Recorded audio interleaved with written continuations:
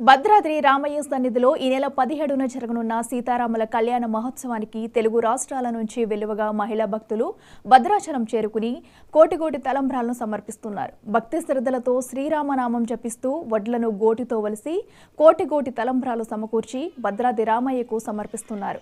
ఖమ్మంకు చెందిన శ్రీ లక్ష్మీ బాలాజీ సేవా సమితి భక్తి బృందం ఆధ్వర్యంలో 200 మంది మహిళలు రామయ్యకు కోటి తలంబ్రాలు సీతమ్మ తల్లికి సారె అందజేశారు.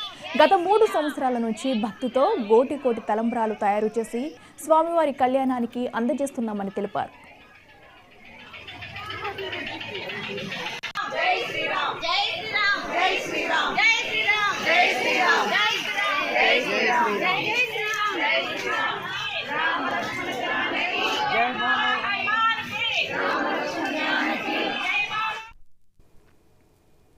చంద్రయాన్ 3 ప్రయోగం ఒకరిని బిలియనీర్ని చేసింది. అదేంటి? చంద్రయాన్ 3 ప్రయోగం